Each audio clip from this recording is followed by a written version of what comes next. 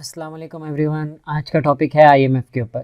तो today we are going to discuss in detail के what is IMF और उसके जो बेल आउट प्रोग्राम्स वगैरह हैं। ठीक है, सारी चीज़ें देखेंगे कि भाई असल काम हमने देखना ये है कि is IMF a road to stability और रेसिपी फॉर डिज़ास्टर। ठीक है, तो हम ये दोनों चीज़ें देखेंगे आज।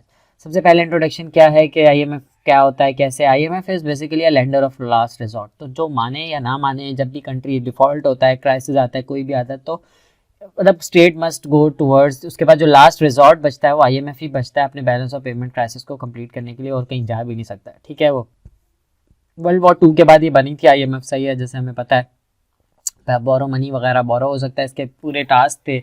सही है, क्या कहा था हम आगे देखेंगे। वैसे तो आपको पता है ब्रेटन वुड्स के बाद ये बनी थी सारी जो आपके आईएमएफ, वर्ल्ड बैंक और वो सारा एक ब्रेटन वुड्स सिस्टम था। ठीक है, अब होप आ गया इसकी फाइनेंशियल स्टेबिलिटी करेगी और फोस्टर ग्लोबल कॉपरेशन और ट्रेड ग्रोथ वगैरह इसका काम था। ठीक है, फंक्शनिंग मेथडोलॉजी ऑफ आईएमएफ क्या है। कॉमन पूल ऑफ रिसोर्सेज होता है, ठीक है, जो कि सारी कंट्री स्टेट्स मिलके देते हैं, एक रिसोर्सेज देते हैं उसको, सही है, मनी का। और उसके बाद ये होता है कि फाइनेंशियल कमिटमेंट और कोटा की बेसिस के ऊपर होता है ये कि हर किसी का कंपनी स्टेट्स का कोटा होता है।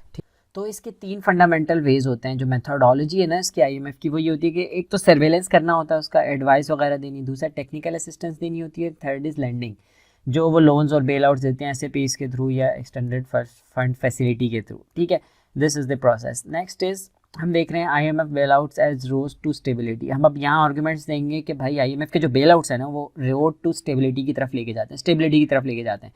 कैसे लेके जाते हैं ये देखते हैं। IMF landing facilities in short term to countries. अब होता यह है कि बहुत शॉर्ट टर्म के अंदर ना आपको कंट्रीज़ को लोन्स मिल जाते हैं, पैसे मिल जाते हैं, जिसकी वजह से वो ग्रो कर सकते हैं, वो अपने सारे क्राइसिस को डील कर सकते हैं।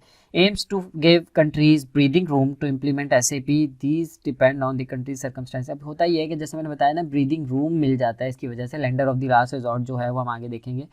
ठीक है, these depend of country circumstances के ऊपर डिपेंड करते हैं कि वो किस तरीके से उसको इंप्लीमेंट करते हैं उस एसएपीज को, और उससे फ़ायदा उठाते हैं। मतलब एसएपीज अल्टीमेटली करते क्या है, एसएपीज तो आपको फ़ायदा ही कर रहे हैं ना। अल्टीमेटली एसएपीज क्या कहते हैं, अपनी अपने एक्सपेंडिचर को कम करो, अपनी टैक्स नेट को बढ़ाओ और अपनी एक्सपोर्ट्स को बढ़ाओ, और इस तरह के सारे कंट्रोल करो अपने अननेसेसरी एक्सपेंडिचर्स को। तो ये सारे जो मेजर्स होते हैं ना एसएपीज के अंडर, वो सारे कंट्री के लिए फ़ायदा ही देते हैं। सडन ड्रॉप ऑफ एक्सपोर्ट्स होता है, टेक्निकल आपको टेक्निकल असिस्टेंट जो कि सारी चीज़ें आपको चाहिए होती हैं वो सारी आईएमएफ की फैसिलिटी से मिल जाती हैं आपको। ठीक है, बैलेंस ऑफ पेमेंट क्राइसिस, उसकी सीवियर जो भी सारी चीज़ें होती है, फॉरेन एक्सचेंज रिजर्व्स को वो टैकल दे कर लेता है, उसको आपको डिफॉल्ट होने से बचा लेता है। तो वो सारी चीज़ें शॉर्ट टर्म फैसिलिटी के लिए बहुत ज़बरदस्त है।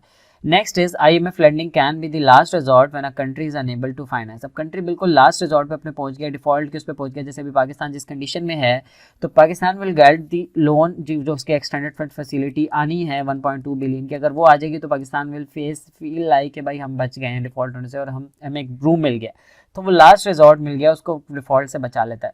Absence of IMF funding countries adjustment process could be more abrupt and difficult. उसके जो ओवरऑल के फाइनेंसेस हैं, सारी चीज़ें बहुत डिफिकल्ट हो जाएंगी, अब्रप्ट हो जाएगी। कोई उसको ओवरऑल अगर कोई असिस्टेंस ना दे रहा हो, कोई कंट्री हेल्प ना कर रहा हो, तो वो क्या करेगा। आईएमएफ तो बाउंड है, वो तो करेगा ही करेगा आपकी हेल्प अगर आप उसके पास जाओगे तो।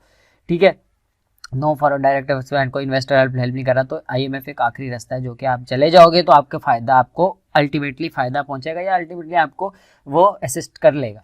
Next is the success of states with the IMF progress. अब हम बता रहे हैं कि आईएमएफ प्रोग्राम्स के थ्रू जो सक्सेस हुई है स्टेट्स की, वो देख रहे हैं। एक मोहसिन एस खान बंदा है, आईएमएफ डायरेक्टर है वो, ठीक है, for middle east and central Asia. उसने बोला है कि भाई उसने ओवरऑल स्टडी की थी, बेल आउट्स प्रोग्राम्स को देखा था, 69 प्रोग्राम्स 1973 से 88 में।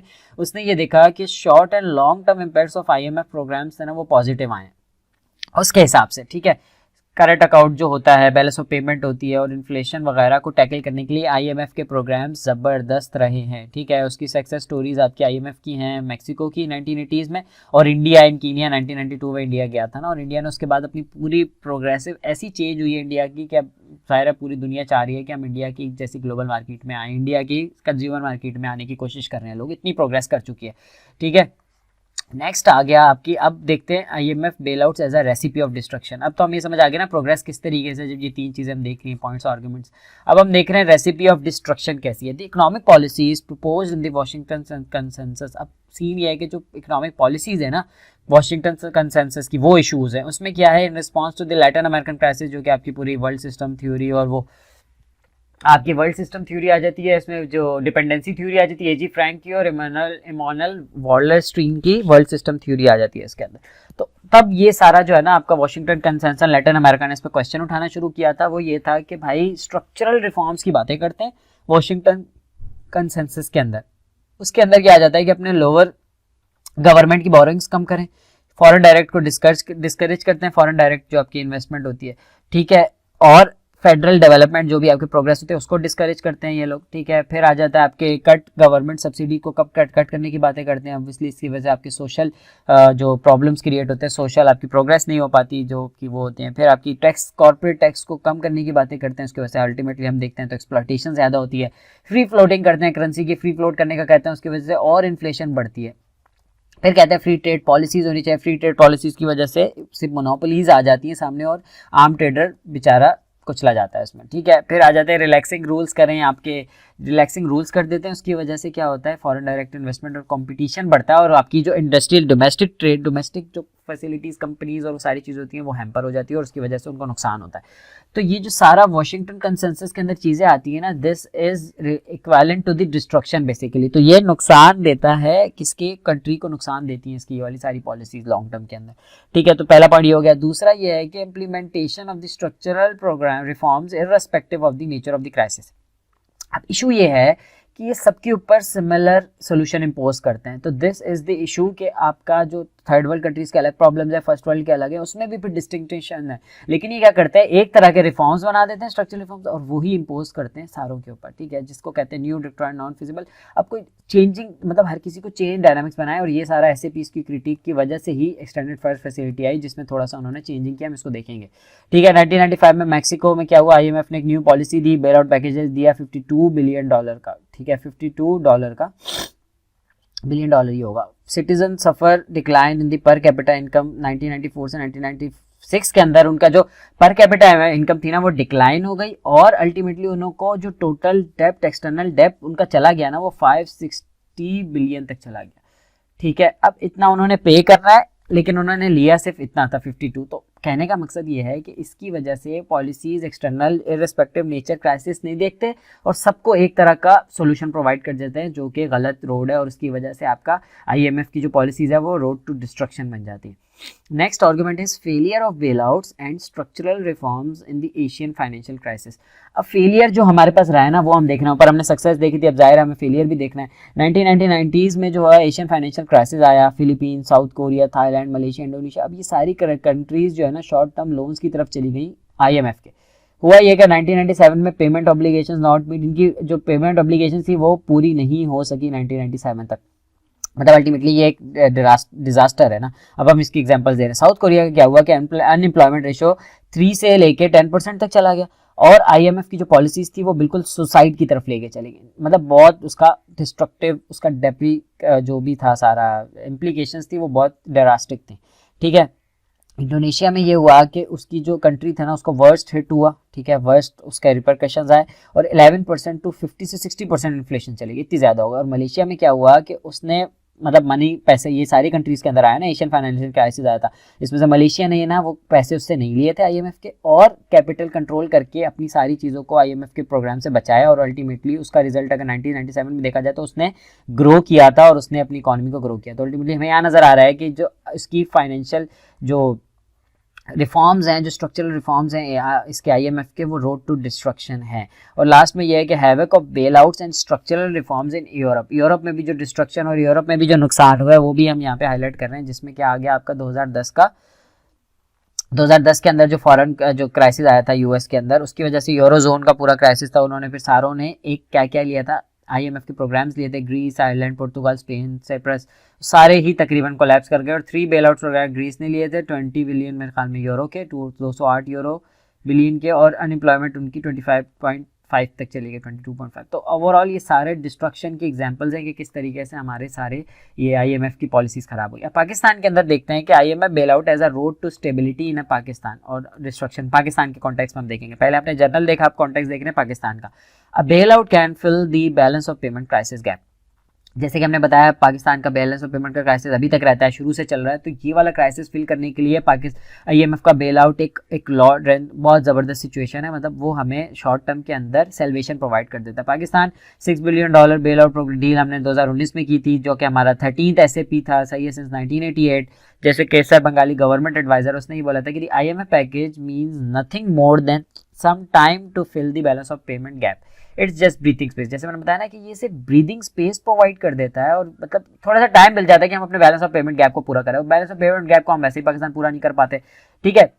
तो ये फैसिलिटेट करता है हमें किसमें, फॉरेन रेवेन्यू क्राइसिस के अंदर, सेंट्रल प्रोग्राम्स और सर्कुलर डेब्ट्स के अंदर, ये सारी चीज़ों में फायदा देता है। अभी हम देख रहे हैं कि कैसे स्टेबिलिटी की तरफ लेके जाती है आईएमएफ की policies. Next is IMF financial support में help fill the external financial gap and rebuild international reserves. External financial gap को पूरा करने में हेल्प करता है, ठीक है, और इंटरनेशनल रिजर्व्स को पूरा। तो सेकंड फायदा ये है कि आईएमएफ की जो सपोर्ट हमें मिलती है उसकी वजह से एक्सटर्नल फाइनेंशियल गैप हम पूरा कर लेते हैं और इंटरनेशनल रिजर्व्स हमारे बिल्ड हो जाते हैं। आईएमएफ कंट्रीब्यूट करता है जैसे कि डिस्ट्रीब्यूटिंग ऑफ मैक्रो इकोनॉमिक्स, अब क्या करता है, मैक्रो इकोनॉमिक स्टेबिलिटी आती है इसकी वजह से, और इन्वेस्टर कॉन्फिडेंस आता है, तभी तो फॉरेन डायरेक्ट इन्वेस्टमेंट आती है हमारे मुल्क के अंदर, सही है। एक्सटर्नल फाइनेंसिंग गैप करता है और बिल्ड रिजर्व्स करता है, एक्सटर्नल असिस्टेंस आती है, डोनर्स आते हैं, और फिर हमें पता है ना जैसे कि फाइनेंशियल, अब आईएमएफ की अगर गारंटीज मिलती हैं तो ओवरऑल इन्वेस्टर्स इन्वेस्ट करते हैं, कंपनीज असिस्ट करते हैं, तो वो सारी भी चीज़ें इसके अंदर आ जाती है कि फॉरेन गारंटीज हमारी इस पर डिपेंड करती हैं, सही है, फॉरेन गारंटीज, सही। अब आ जाते हैं, देखते हैं कि IMF bailouts as a recipe of destruction in Pakistan. अब हमने पहले देखा कैसे स्टेबिलिटी लेके आते हैं, दो तरीके, हमने दो रीजंस देखे, उसकी डिटेल्स देखी। अब हम देख रहे हैं कि कैसे डिस्ट्रक्शन करते हैं। तो सबसे पहला है the never ending cycle of the bailouts continues in Pakistan. मैंने जैसे बताया ना कि हमारी यहाँ पे पहले भी हम 22 दफ़ा जा चुके हैं, हम आईएमएफ के एडिक्ट हो गए, हम अपने स्ट्रक्चरल रिफॉर्म्स नहीं करते, हम डायरेक्ट आईएमएफ की असिस्टेंस के ऊपर रिलाई करते हैं, ठीक है, और उससे फिर हम अपने आप को, मतलब अपनी इकोनॉमी को चलाते हैं। 30 साल के अंदर हम 22 दफ़ा उनके पास जा चुके हैं, dozens of bail out packages हम ले चुके हैं। हम क्या करते हैं, उसके फंड से फैसिलिटेट करते हैं, असिस्टेंस को लेके हम स्पेंड कर देते हैं। हालांकि वो फैसिलिटेशन, वो असिस्टेंस वो इसलिए दी जाती है कि आप अपने स्ट्रक्चरल रिफॉर्म्स करें। हम क्या करते हैं, उनको लेके अपने पुल बनाना शुरू कर देते हैं, मेट्रो बनाने शुरू कर देते हैं, और उसी को डेवलपमेंट के अंदर भी लगाते हैं, उसी को अपने बैलेंस ऑफ पेमेंट क्राइसिस को ठीक करने के लिए लगाते हैं। तो अल्टीमेटली हम क्या करते हैं, हम उसको स्पेंड कर देते हैं, गलत तरीके से अपने एक्सपेंडिचर को लगाते हैं।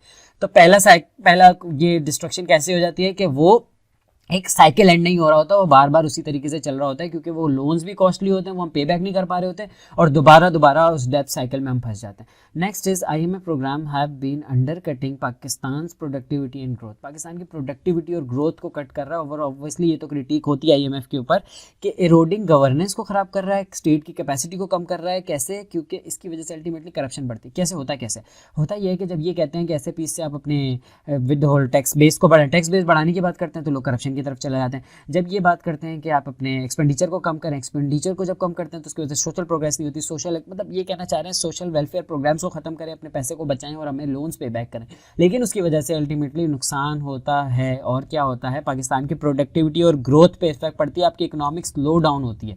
जब ये बोलते हैं ना आप इकोनॉमिक स्लो डाउन करो, अपने लोन्स को कम करो, ये सारी चीज़ें कहते हैं, तो उसकी वजह से नुकसान होता है। नेक्स्ट आता है Pakistan adopts more taxes and stringent policies as structural reforms to get bailouts. Pakistan का क्या करते हैं कि अडॉप्ट्स मोर टैक्सेस ज़्यादा लगा देते हैं और पॉलिसी ज़्यादा लगा देते हैं, क्योंकि हमें अपने बेल आउट्स को वापस करना होता है, स्ट्रक्चरल रिफॉर्म्स को पूरा करना होता है, तो उसकी वजह से हम टैक्सेस ज़्यादा लगाते हैं, जिस वजह से बर्डन पड़ता है लोगों पे, और पॉलिसीज ऐसी करते हैं जिसकी वजह से बिजनेस करना मुश्किल हो जाता है, इकोनॉमिक स्लो डाउन हो जाता है, ठीक है। और बेल आउट्स प्रोग्राम्स को ताकि हम वापस करें, क्या होता है, अनप्लान्ड स्पेंडिंग्स होती हैं, उसको कट करने का रिफॉर्म होता है। नेगेटिव इफेक्ट, मैंने जैसे बताया ना, नेगेटिव इंपैक्ट पड़ता है सोसाइटी के ऊपर, आप इन्वेस्ट नहीं करते, आप जैसे वेलफेयर प्रोग्राम्स होते हैं, बेनज़ीर इनकम, उनको सारों को ज़्यादा इन्वेस्टिंग चाहिए होती है, जिसकी वजह से आपकी एक वेलफेयर चल रही होती है, लोगों को खाना पीना बेसिक नीड्स तो मिलनी चाहिए, लेकिन आईएमएफ की पॉलिसी ऐसी होती है कि हम लोग कहते हैं बेसिक नीड्स भी नहीं दो, बस पैसे खर्च ना करो, ठीक है। 1990s में क्या पाकिस्तान नेशनल बस सर्विस जो है उसको खत्म कर दिया, जैसे इसी तरीके से पब्लिक सेक्टर को भी ये कहते हैं ना प्राइवेट कर दो, प्राइवेट कर देंगे तो ऑब्वियसली उसकी वजह से नुकसान होगा लोगों को, अनएम्प्लॉयमेंट बहुत सारी आ जाएगी, लोग हंगर की वजह से मरने लग जाएंगे, अनएम्प्लॉयमेंट, पॉवर्टी, ये सारी चीज़ें तो देखते नहीं है वो, ऑस्टेरिटी मेजर्स की बातें करते हैं सिर्फ। तो नेक्स्ट आ गया, ये तो 3 पॉइंट हो गए, चौथा है आपका short term focus of these programs ensures that reforms will be postponed. अब होता क्या है कि ये शॉर्ट टर्म फोकस करते हैं, ठीक है, और उसकी वजह से क्या होता है, वो प्रोग्राम अल्टीमेटली खत्म हो जाते हैं, पोस्टपोन हो जाते हैं। ऑब्सोलीट इंडस्ट्रीज़ को कहते हैं ख़त्म करो, इकोनॉमिक इम्बैलेंस को बढ़ जाता है, तो ओवरऑल उनकी जो पॉलिसीज़ है ना, उसकी वजह से ये मसला होता है कि रिफॉर्म्स को पोस्टपोन करना पड़ जाता है, क्योंकि वो शॉर्ट टर्म होती हैं, लॉन्ग टर्म रिफॉर्म्स नहीं होते, वो शॉर्ट टर्म्स होते हैं कि आज के आज इसको किया जाए। और आज के आज स्ट्रक्चरल रिफॉर्म कभी भी विद इन अ डेज और विद इन अ ईयर्स नहीं होते, उसमें वो डेकेड्स लग जाते हैं। Next is arbitrary minimum budget, mini budgets fail to achieve sound macroeconomic policy making. अब होता ही है कि मिनी बजट्स को इंट्रोड्यूस करा देते हैं, उसकी वजह से मैक्रो इकोनॉमिक पॉलिसी मेकिंग नहीं होती। अब मैक्रो इकोनॉमिक स्टेबिलिटी बहुत मस्ट होती है बिजनेस के ग्रो होने के लिए। मैक्रो इकोनॉमिक कंडीशंस के अंदर इन्फ्लेशन आ जाती है, आपकी पे बैक आ जाती है, रिटर्न ऑफ इन्वेस्टमेंट आ जाती है, ठीक है, इन्फ्लेशन आ जाती है। तो ये सारी चीज़ें आपकी स्टेबल होनी चाहिए ताकि बाहर से इन्वेस्टर आए, इन्वेस्टमेंट करें। लोग फाइनेंशियल इंटरमीडियरीज कहते हैं इसको। अब IB वर्ल्ड बैंक की जो रिपोर्ट है फाइनेंशियल इंटरमीडियरीज, अच्छा अब इशू यही आ रहा है, वो ये कह रहे हैं कि आपके पाकिस्तान के अंदर ये इन्वेस्टमेंट नहीं है, लोग इन्वेस्टमेंट नहीं करते प्रोडक्टिविटी सेक्टर के अंदर। रियल एस्टेट में पैसा फंसा के रखा होता है उन्होंने, ऑटोमोबाइल्स के अंदर कर रहे होते हैं, तो इस वजह से आपको अल्टीमेटली नुकसान होता है। तो ये पूरी जो कहानी है ना, इसकी वजह से, हमारी पॉलिसीज़ की वजह से हम मिनी बजट तो ले आते हैं लेकिन पॉलिसी नहीं करते। और मिनी बजट हम इसलिए लाते हैं कि IMF की पॉलिसीज़ की वजह से आते हैं। तो these are all the arguments regarding the road to destruction in Pakistan, कि किस तरीके से IMF की जो बेल आउट्स पैकेजेस है ना, वो रोड टू डिस्ट्रक्शन है। ये हमने आर्गूमेंट्स देखे, फिर हमने देखा फ़ायदा भी है, ज़ाहिर है, बैलेंस ऑफ पेमेंट को टैकल करने के लिए आ जाता है, sovereign guarantees, external balances, loans आ जाते हैं, ये देखा। फिर इसके अलावा हमने देखा कि किस तरीके से वर्ल्ड में ये डिस्ट्रक्शन इसने क्रिएट की, इनकी पॉलिसीज ने, उन्होंने फ़ायदा किससे किया। तो this is all about IMF bailout packages, either it is a road to stability और रेसिपी फॉर डिजास्टर। तो it is more than enough. आपको बस ये सारी केस स्टडीज़ याद रखनी है, IMF का ओवरऑल थोड़ा सा बेसिक होराइजन समझ आया, हिस्ट्री पता हो, तो this is enough for your question, ठीक है। Thank you so much for listening.